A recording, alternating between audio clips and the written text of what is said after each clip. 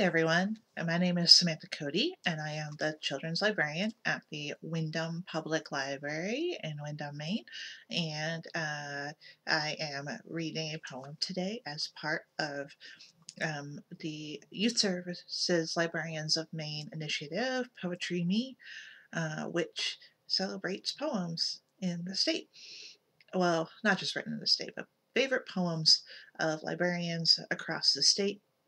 And we encourage you to join in, whether you are a youth services librarian or not, by sharing your favorite poem, either a recording or a picture of it, using the hashtag PoetryME. My poem, it took me a while to decide which one I wanted to read, and I ended up picking one today, which was written by Richard Blanco, who lives here in Maine. And it is a poem written for the second inaugural former President Obama.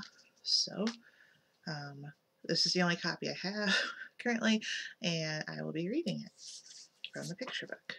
The illustrations in the picture book are by Dave Pilkey of Captain Underpants and Dogman fame. Here we go.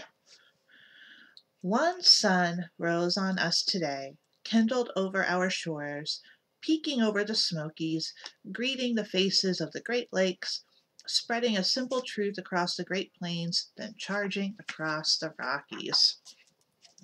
One light, waking up rooftops, under each one a story told by our silent gestures moving behind windows.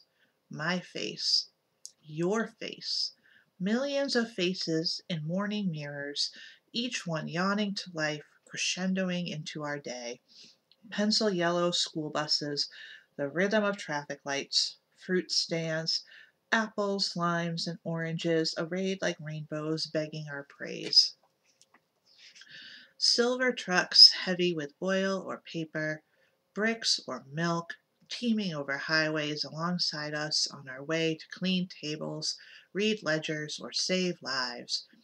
To teach geometry or ring up groceries as my mother did for 20 years, so I could write this poem.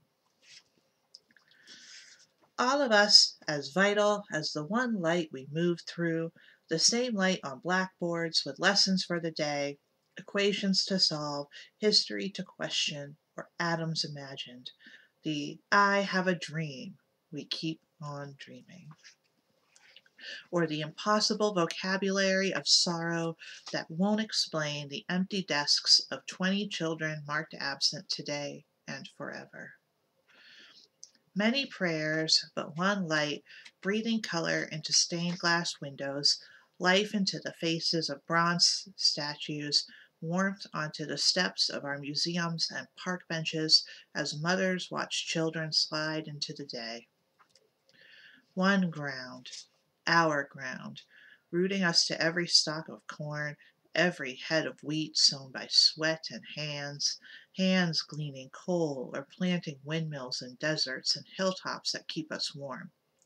Hands digging trenches, routing pipes and cables, hands as worn as my father's cutting sugar cane so my brother and I could have books and shoes. The dust of our farms and deserts, cities and plains, mingled by one wind, our breath. Breathe.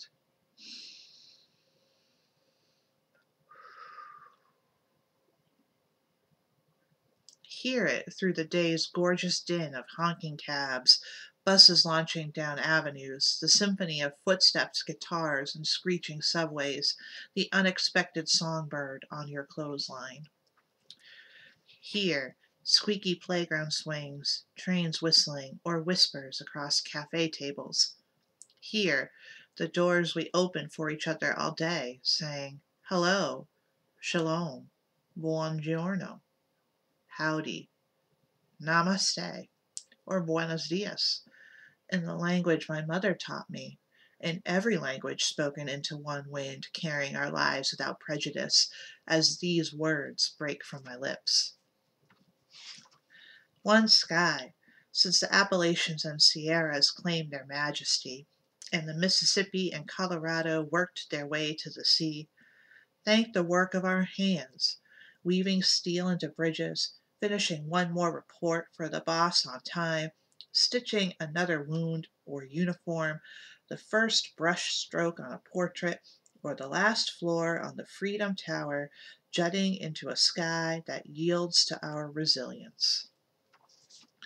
One sky toward which we sometimes lift our eyes tired from work, some days guessing at the weather of our lives, some days giving thanks for a love that loves you back, sometimes praising a mother who knew how to give, or forgiving a father who couldn't give what you wanted. We head home through the gloss of rain or weight of snow, or the plum blush of dusk, but always home, always under one sky, our sky, and always one moon, like a silent drum tapping on every rooftop and every window of one country, all of us, facing the stars. Hope, a new constellation, waiting for us to map it, waiting for us to name it together.